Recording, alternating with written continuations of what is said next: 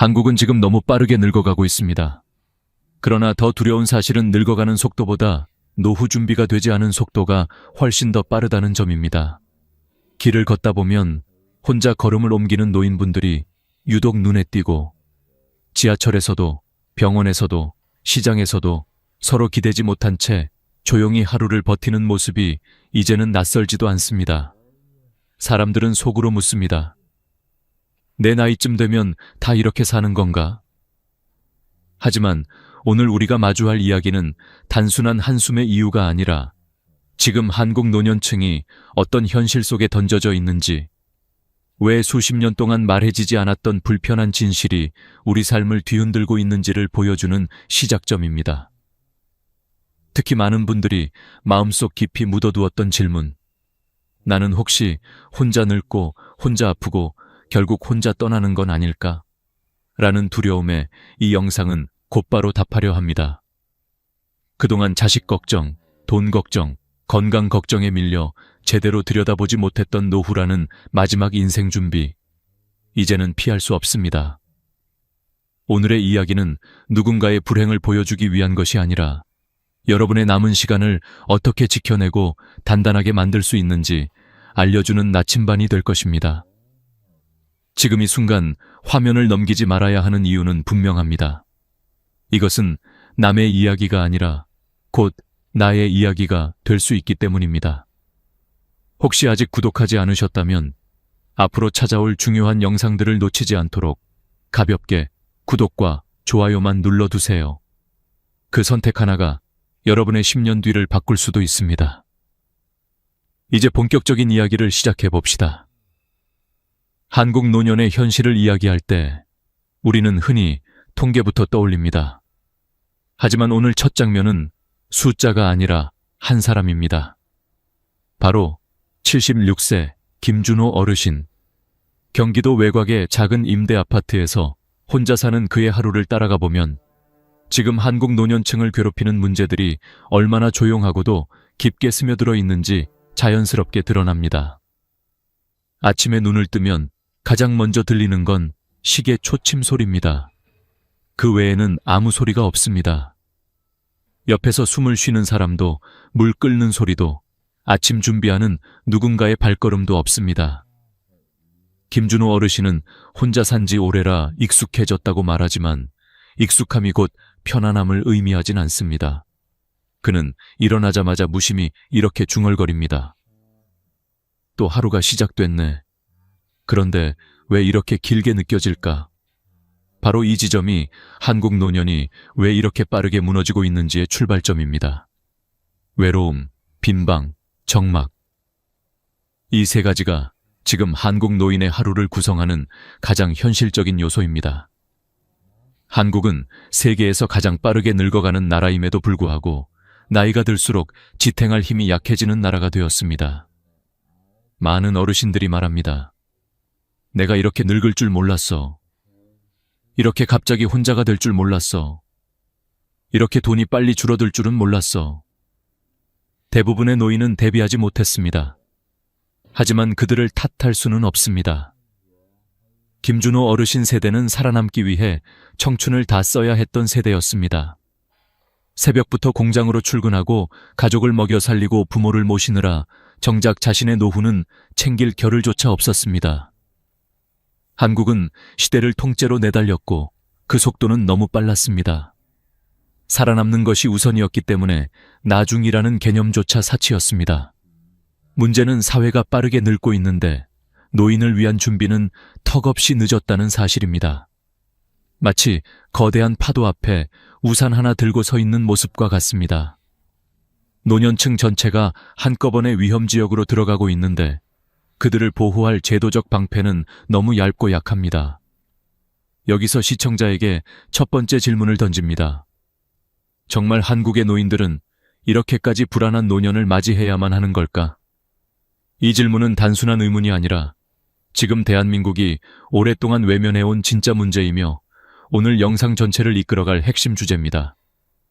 김준호 어르신의 하루를 따라가다 보면 왜 한국 노년층이 이렇게 빠르게 무너지고 있는지, 왜 누구도 도와주지 않는 것처럼 느껴지는지, 왜 노년이 축복이 아니라 공포가 되었는지를 자연스럽게 알게 될 것입니다. 이 영상은 절망을 말하려는 것이 아닙니다. 노년이 불안해지는 이유를 정확히 짚고 그 속에서 어떻게 다시 일어설 수 있는지 함께 찾아가는 과정입니다. 지금부터 이어질 이야기들은 단순한 분석이 아니라 실제 삶 속에서 벌어지고 있는 현실입니다. 곧 이어지는 다음 부분에서는 한국이 부자는 나라인데 왜 노인은 가난한가? 라는 가장 큰 미스터리를 파헤치며 김준호 어르신이 왜 매달 통장 잔고 앞에서 깊은 절망을 느끼는지 구체적으로 살펴보게 됩니다. 한국은 부자인데 왜 노인은 가난할까? 이 질문은 김준호 어르신의 통장 잔고를 바라보는 순간 가장 선명하게 다가오는 현실입니다. 어르신은 매달 연금 37만 원을 받습니다. 통장에 숫자가 찍히는 날이면 한숨부터 나옵니다. 이 돈으로 한 달을 어떻게 버티라는 거지? 그는 묻고 또 묻습니다. 그런데 이 질문은 어느 한 개인의 하소연이 아니라 대한민국 전체가 피할 수 없는 역사적 질문입니다. 세계 12위 경제대국이라는 나라에서 왜 노인은 OECD 국가 중 빈곤율 1위인가? 부자는 나라인데 가난한 건 왜 노인인가? 이 모순은 어르신들의 삶 속에서 싸늘할 만큼 분명하게 드러납니다. 김준호 어르신은 20대 때부터 쉬지 않고 일했습니다. 당시의 최저임금은 지금과 비교조차 할 수 없을 만큼 낮았고 보험도 없었고 야근을 해도 수당이 제대로 나오는 시대가 아니었습니다. 그는 새벽에 공장을 나가고 밤이 깊어져야 집에 돌아왔습니다. 그렇게 수십 년을 버틴 대가가 고작 37만 원이라는 사실은 그 자체로 한국 노년의 비극을 상징합니다.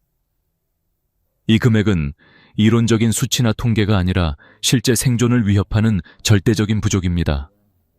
병원 2번, 약국 2번 가고 나면 흔적도 없이 사라지는 돈. 한 달 중 단 일주일도 버티기 어려운 돈.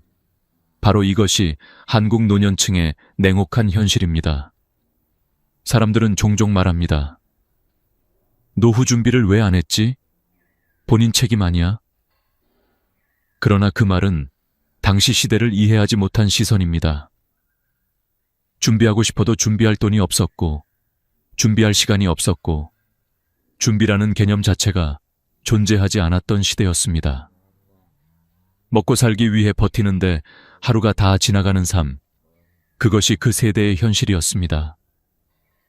그동안 국가는 성장했고, 도시는 발전했고, 대한민국은 세계적인 기술 강국이 되었지만, 정작 그 성장을 이끈 세대는 노년이 되어 가장 취약한 위치에 놓이게 되었습니다. 국가의 발전 속도는 빨랐지만, 노인을 보호하는 시스템은 너무 늦게 따라왔습니다. 한국 국민연금제도는 1988년에 시작했습니다. 그때 김준호 어르신은 이미 40대 후반이었습니다. 충분히 납입해 제대로 된 연금을 받을 수 있는 구조가 아니었다는 뜻입니다. 제도가 늦게 시작되었고 노동자는 제도 바깥에서 늙어갔습니다. 이것이 대한민국 노년 빈곤의 첫 번째 구조적 원인입니다. 제도가 늦게 도착했고 그 대가는 노년층이 떠안았습니다.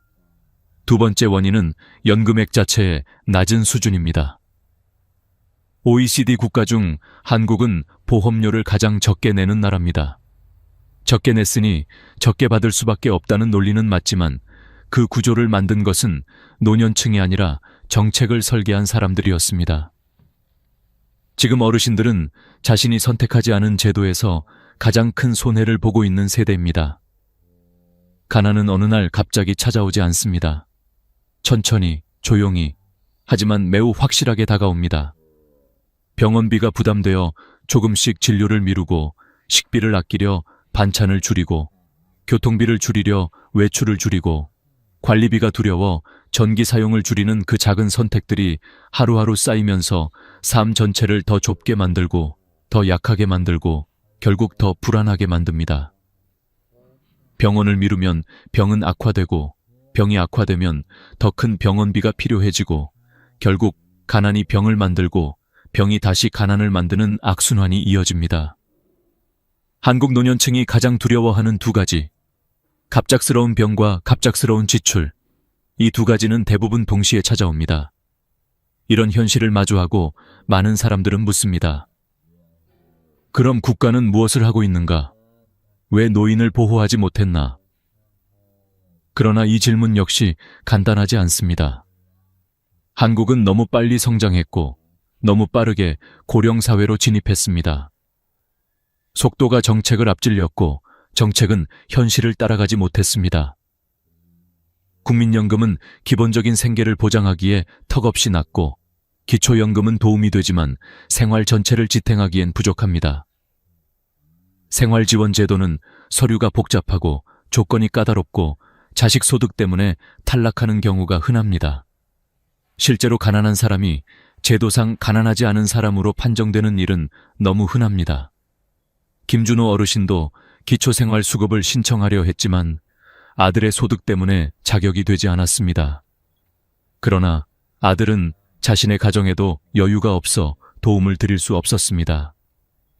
그 결과 어르신은 제도에서도 가족에서도 동시에 벗어난 회색지대에 놓이게 되었습니다. 여기서 반드시 짚어야 할 질문이 있습니다. 한국 노인의 가난은 개인 책임인가? 국가 책임인가? 이 질문은 사회 전체를 갈라놓는 논쟁이지만 김준호 어르신의 삶을 보면 답은 분명해집니다. 이 가난은 개인의 게으름이 아니라 시대가 만든 구조적 한계입니다. 청춘을 희생하며 나라를 떠받쳤던 세대가 노년이 되어 이렇게까지 취약해야 한다면 이것은 개인의 실패가 아니라 시스템의 실패입니다. 하지만 이 장면을 절망으로만 마칠 필요는 없습니다. 한국 노년층이 지금 겪고 있는 문제는 고립된 문제가 아닙니다. 현재의 50대, 60대가 노인이 되는 10년 후 이 구조가 바뀌지 않는다면 상황은 더 심각해질 것입니다. 지금 노인의 문제는 곧 우리 모두의 미래입니다. 우리가 이 구조를 이해해야 하는 이유는 명확합니다. 늦기 전에 바꾸기 위해서입니다. 이제 이어지는 다음 부분에서는 돈보다 더 무서운 것, 바로 고독이 노년을 어떻게 파괴하는지, 왜 한국 노년층이 병보다 고립을 더 두려워하는지 깊이 살펴보게 될 것입니다. 노년이 가난보다 더 두려워하는 것이 있다면 바로 고립입니다. 돈이 부족한 것은 버티면 되지만 마음이 무너지는 순간 삶 전체가 흔들립니다. 김준호 어르신은 요즘 가장 무서운 시간이 있다고 말합니다. 바로 밤 9시 이후입니다. TV 소리를 줄이는 순간 방 안은 금방 적막해지고 누군가 부르는 소리도 문을 두드리는 사람도 전화도 없습니다.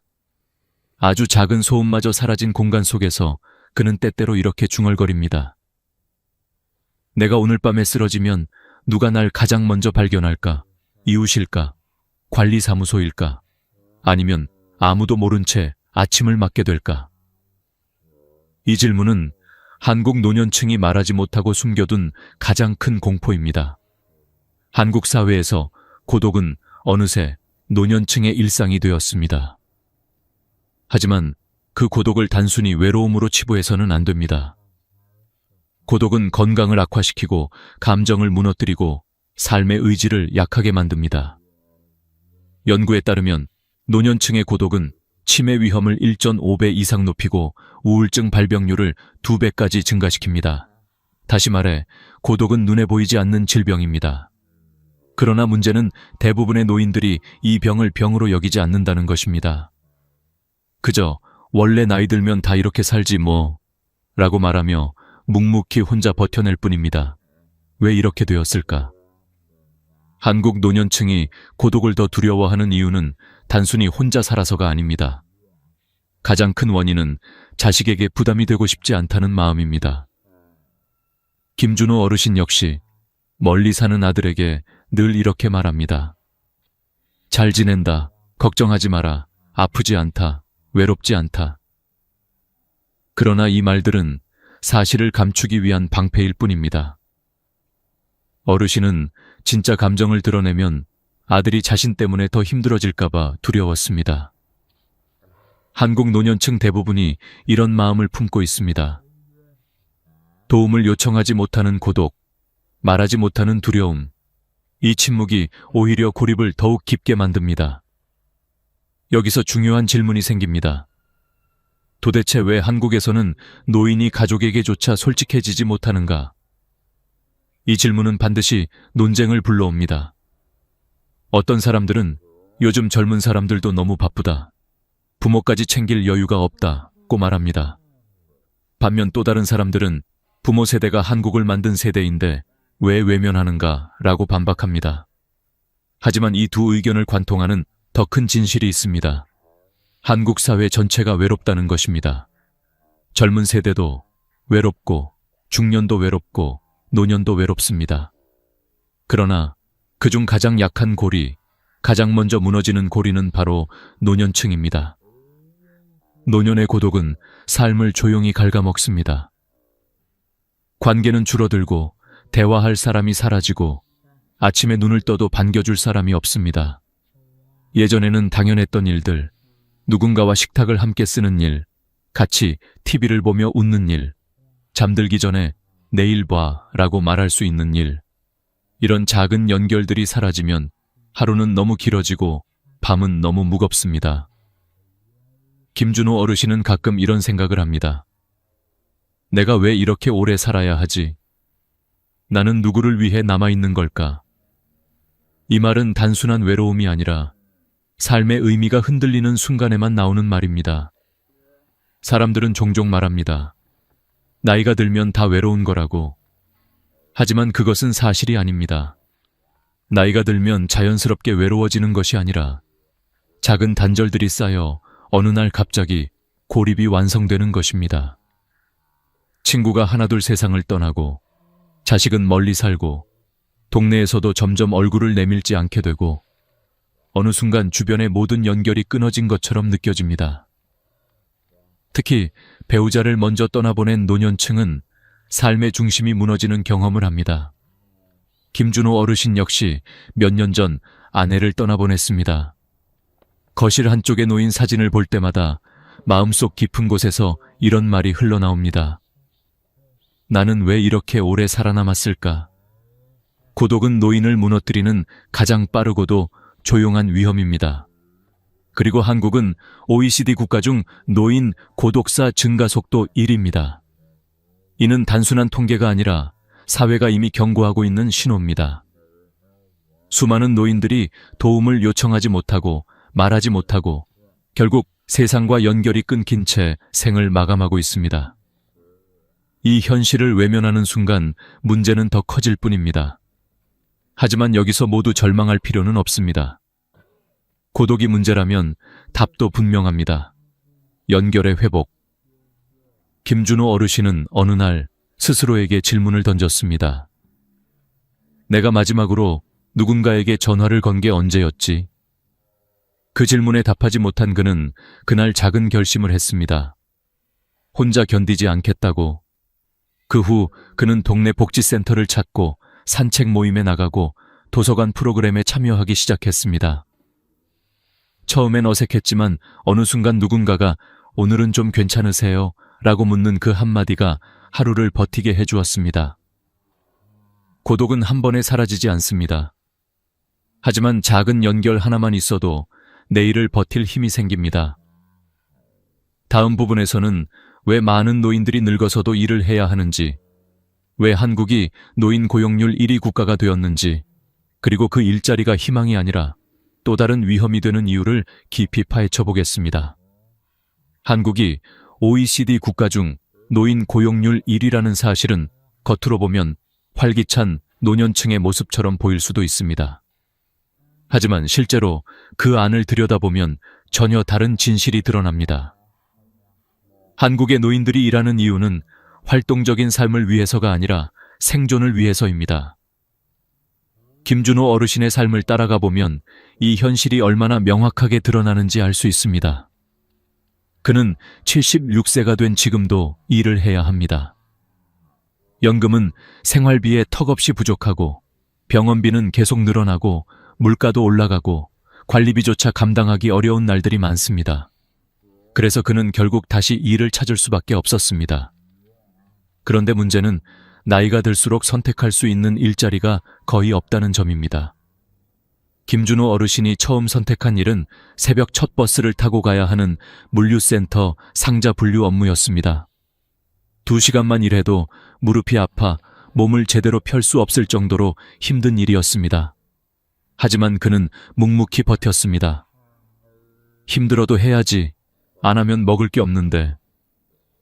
이 말 속엔 대한민국 노년층이 왜 늙어서도 일을 해야 하는지 그 잔인한 이유가 담겨 있습니다. 한국이 노인 고용률 1위인 이유는 활력도 아니고 선택도 아니며 오직 생존입니다. 이것은 자랑이 아니라 구조적 비극입니다. 이 일의 종류를 보면 더 분명해집니다. 노인이 할 수 있는 일자리 대부분은 육체 노동입니다. 환경 미화, 경비, 상자 분류, 청소 보조, 주차 안내, 단순 노무. 반면 긴 경력과 경험을 살릴 수 있는 사무직이나 전문직 일자리는 10%도 되지 않습니다. 한국 사회는 노인의 경험을 활용하기보다 몸을 쓰는 일로만 바라보고 있습니다. 평생 몸을 혹사하며 일해온 세대에게 노년에 또다시 몸을 쓰라고 요구하는 것입니다. 이것이야말로 가장 큰 불공정입니다. 하지만 여기서 더 잔인한 사실이 하나 있습니다. 노년의 노동은 소득을 보장하지 않습니다. 일을 해도 가난하고 일을 안 하면 더 가난합니다. 일자리는 대부분 단기 계약직이고 안정성이 없기 때문입니다. 오늘 일하다가 내일 계약이 끝날 수 있고 나이가 들수록 다시 채용될 가능성도 낮습니다. 김준호 어르신은 불안정한 일자리의 위험을 누구보다 잘 알고 있습니다. 그는 지난 겨울 새벽길에 눈이 쌓인 계단을 내려가다 발을 헛디뎌 크게 넘어졌습니다. 손목이 부러졌고 한 달 동안 일을 할 수 없었습니다. 그 한 달은 아무 소득도 없는 시간으로 남았습니다. 아들에게 말하면 걱정할까봐, 이웃에게 말하면 민폐일까봐 그는 혼자 조용히 견뎠습니다. 노년층에게 일자리는 생존 수단이지만 동시에 더 큰 위험을 만들기도 합니다. 하지만 한국 사회는 여전히 노인의 노동을 활동적인 노후라고 포장합니다. 물론 일하는 것이 활력이 될 수도 있지만 그 일의 목적이 생존이 아닌 선택일 때만 가능한 이야기입니다. 생계를 위해 몸을 혹사하는 일은 활력이 아니라 버티기입니다. 이 모순은 많은 시청자들이 댓글에서 격렬하게 논쟁할 주제이기도 합니다. 일할 수 있으니 좋은 거 아니냐 라고 묻는 사람도 있을 것이고 그 나이에 일해야 하는 게 좋은 거냐 라고 반박하는 사람도 있을 것입니다. 하지만 김준호 어르신의 삶에서 우리는 중요한 깨달음을 얻습니다. 그는 몸을 혹사시키는 일을 그만두고 지역 복지센터에서 소개해준 조금 더 안전한 일을 찾기 시작했습니다. 도서관 정리, 주민센터 서류 안내, 경로당 프로그램 보조 같은 일들입니다. 이 일들은 힘이 덜 들고 사람들과의 관계를 다시 연결시켜 주었습니다. 일의 목적이 생존만이 아니라 삶의 끈이 되고 있었던 것입니다. 그는 말합니다. 돈도 중요하지만 나는 이제 다치지 않고 오래 일하고 싶다. 노년의 노동은 단순한 생존이 아니라 삶을 유지하는 매개가 될 수 있습니다. 그러나 그것은 몸이 버틸 수 있는 일, 지속 가능한 일, 사람과 연결해주는 일이어야 합니다. 한국 노년층이 지금 가장 필요로 하는 것은 더 많은 일자리가 아니라 더 안전한 일자리, 더 존중받는 일자리, 더 인간적인 일자리입니다. 이제 다음 부분에서는 이렇게 중요한 일을 감당하고 있음에도 불구하고 왜 30년 동안 한국 노인의 현실은 달라지지 않았는지, 왜 노년 빈곤이 세대가 바뀌어도 반복되는지 그 뿌리를 깊이 파헤쳐 보겠습니다. 왜 30년 동안 한국의 노인 빈곤은 달라지지 않았을까? 이 질문은 단순한 사회 비판이 아니라 지금 대한민국이 안고 있는 가장 깊은 구조적 상처를 드러냅니다. 김준호 어르신 같은 노년층의 삶을 따라가 보면 문제의 뿌리가 하나가 아니라 여러 겹으로 얽혀 있다는 사실을 알게 됩니다. 한국은 지난 30년 동안 세계가 놀랄 정도로 빠르게 발전했습니다. 경제 규모는 커졌고 기술은 세계를 선도하고 도시의 풍경은 완전히 달라졌습니다. 하지만 이상하게도 노인 빈곤의 풍경만큼은 그대로입니다. 마치 시대가 바뀌고 세대가 바뀌어도 노인의 얼굴에 새겨진 고단함은 사라지지 않는 것처럼 보입니다. 그 이유는 무엇일까요? 첫 번째 이유는 한국 사회가 노년 문제를 늘 나중 문제로 미루어 왔기 때문입니다. 청년 실업, 부동산 가격, 출산율 위기 같은 현안들이 우선 순위를 차지하면서 노년 문제는 언제나 마지막으로 밀렸습니다. 그러나 문제는 시간이 지나면 지날수록 노년층의 숫자는 계속 늘어나고 그 부담은 사회 전체로 돌아온다는 점입니다. 지금 김준호 어르신이 겪고 있는 문제는 어느 날 갑자기 생긴 개인의 문제가 아니라 수십 년간 방치되어 온 구조의 결과입니다.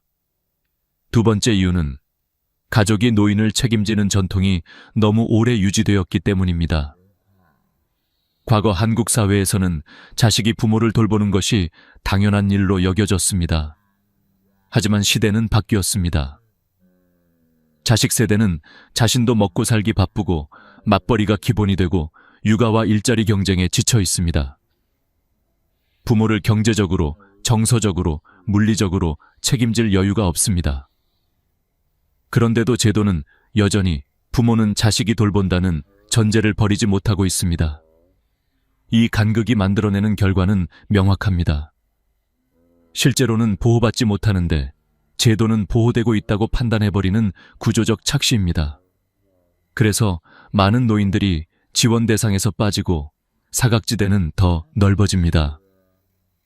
세 번째 이유는 한국의 복지 제도 자체가 노년의 현실을 따라가지 못하고 있다는 사실입니다. 지원 기준은 까다롭고 신청 절차는 복잡하며 관료적인 문턱은 여전히 높습니다. 김준호 어르신도 지원을 신청하려 했지만 아들의 소득 때문에 기초생활수급에서 탈락했습니다. 그러나 그의 아들은 자신과 가족을 돌보느라 아버지를 충분히 도와줄 수 없는 상황이었습니다. 제도는 가난을 서류로 판단하지만 실제 가난은 서류로 증명되지 않습니다. 그래서 그는 이렇게 말했습니다. 실제로 가난한 나는 왜 제도상 가난하지 않은 사람이 되는 거지? 이 한 문장은 한국 노년층이 지난 30년 동안 반복해서 겪어온 좌절의 핵심입니다. 네 번째 이유는 사회 구조가 변화하는 속도보다 정책이 변화하는 속도가 훨씬 늦기 때문입니다.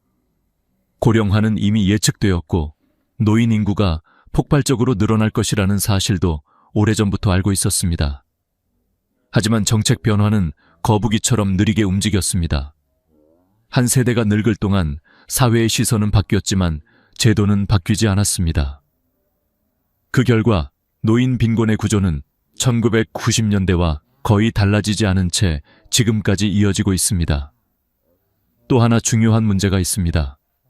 지금의 노인 세대는 국민연금의 혜택 세대가 아니라 결함 세대라는 점입니다.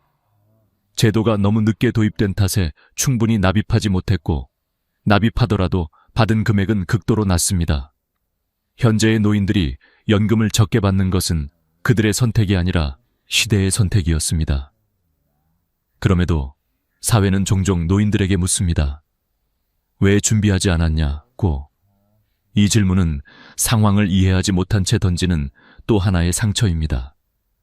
그러나 이 절망적인 구조 속에서도 김준호 어르신은 작은 변화를 통해 조금씩 삶을 다시 세워나가고 있습니다. 비록 제도가 그를 지켜주지 못했지만 그는 스스로 지출을 단순화하고 복지관 프로그램을 꾸준히 활용하며 지역사회와 관계를 조금씩 회복하는 일을 시작했습니다. 고립을 줄이기 위해 산책 모임에 나가고 생활비를 줄이기 위해 복지급식과 지역 의료 프로그램을 활용하고 더 이상 몸을 혹사하지 않는 가벼운 일자리를 선택했습니다. 이는 단순한 생존이 아니라 스스로 만들어낸 작은 회복입니다. 이제 다음 부분에서는 이렇게 불안정하고 깨진 구조 속에서 노년이 스스로 지켜야 하는 마지막 원칙들, 다시 말해 노년 생존 전략을 본격적으로 이야기하게 됩니다. 김준호 어르신이 수십 년의 삶을 통과하며 깨달은 것들, 그리고 앞으로 한국 노년층 모두가 적용할 수 있는 현실적인 길을 깊이 살펴보겠습니다. 무너진 구조 속에서도 노년이 반드시 지켜야 할 것들이 있습니다. 이것은 막연한 희망이나 이상적인 조언이 아니라 76세 김준호 어르신이 수십 년의 삶을 통과하며 몸으로 깨달은 현실적인 생존 원칙입니다. 국가의 제도는 느리게 움직이고 가족은 각자의 삶을 버티기 바쁘고 사회는 너무 빠르게 변하고 있지만 그렇다고 해서 노년의 삶이 무너져야 한다는 뜻은 아닙니다. 어르신은 어느 날 스스로에게 이렇게 말했습니다. 세상이 나를 지켜주지 않는다면 이제 내가 나를 지켜야 한다. 그리고 그 순간부터 그는 노년의 삶을 다시 세우기 위해 5가지 원칙을 만들었습니다. 이 마지막 부분은 바로 그 원칙들을 깊이 들여다보는 시간입니다. 첫 번째 원칙은 지출을 줄이는 것이 아니라 지출을 단순화하는 것입니다. 많은 노인들이 돈을 아끼기 위해 끝없이 절약만을 시도합니다. 하지만 김준호 어르신은 이렇게 말합니다. 아끼는 것도 체력이 있어야 한다. 절약은 때로 스트레스를 더 키우고 스트레스는 건강을 무너뜨립니다. 그는 방향을 바꾸었습니다. 지출 항목을 줄이는 것이 아니라 정리하는 것으로 병원비, 식비, 주거비 이 3가지 외에는 과감히 내려놓았습니다. 불필요한 소비를 삭제한 순간 신기하게도 돈이 남는 것이 아니라 마음이 남기 시작했습니다. 걱정이 줄고 하루가 조금 더 가벼워졌습니다. 단순한 소비는 단순한 마음을 만들고 단순한 마음은 노년의 불안을 완화합니다. 두 번째 원칙은 몸을 지키는 것이 돈을 버는 것보다 더 중요하다는 깨달음입니다. 젊을 땐 아프면 쉬면 됐고 다치면 회복되면 그만이었습니다. 하지만 노년의 몸은 한번 무너지면 다시 일어서기 어렵습니다. 어르신은 76세가 되고 나서야 이 사실을 절절히 느꼈습니다. 넘어져 손목이 부러졌던 한 달 동안 아무 소득도 없었고 혼자서 밥도 챙기기 어려울 만큼 힘들었습니다. 그는 그 후로 건강을 돈처럼 관리하기 시작했습니다. 통증을 방치하지 않고 병원을 미루지 않고 운동을 무리하지 않고 하루 15분이라도 꾸준히 천천히 몸을 움직였습니다. 돈은 벌어도 되찾을 수 있지만 건강은 잃으면 끝이다. 어르신의 이 말은 수많은 노년층에게 필요한 경고입니다. 세 번째 원칙은 혼자 있으려 하지 말고 작은 관계라도 붙잡는 것입니다. 고독은 몸보다 마음을 먼저 무너뜨립니다. 김준호 어르신은 어느 날 스스로에게 이렇게 질문했습니다. 내가 마지막으로 누군가에게 전화를 건 게 언제였지? 답하지 못했습니다. 그 순간 그는 깨달았습니다. 외로움은 시간이 지나면 저절로 사라지는 것이 아니라 시간이 지날수록 더 깊게 스며드는 감정이라는 것을. 그래서 그는 가장 작은 연결부터 복구했습니다. 동네 복지센터 프로그램, 산책 모임, 도서관 정리봉사 등 부담 없는 활동에 참여했습니다. 처음엔 어색했지만 어느 순간 누군가가 오늘은 좀 어떠세요? 라고 묻는 그 한마디가 하루를 버티게 해주었습니다. 노년의 마음은 연결로 살아나고 연결은 생존의 조건입니다. 네 번째 원칙은 자식에게 기대지 말되 완전히 끊지도 말 것입니다. 한국 노년층이 공통으로 하는 말은 부담 주기 싫다입니다. 하지만 김준호 어르신은 이렇게 말합니다.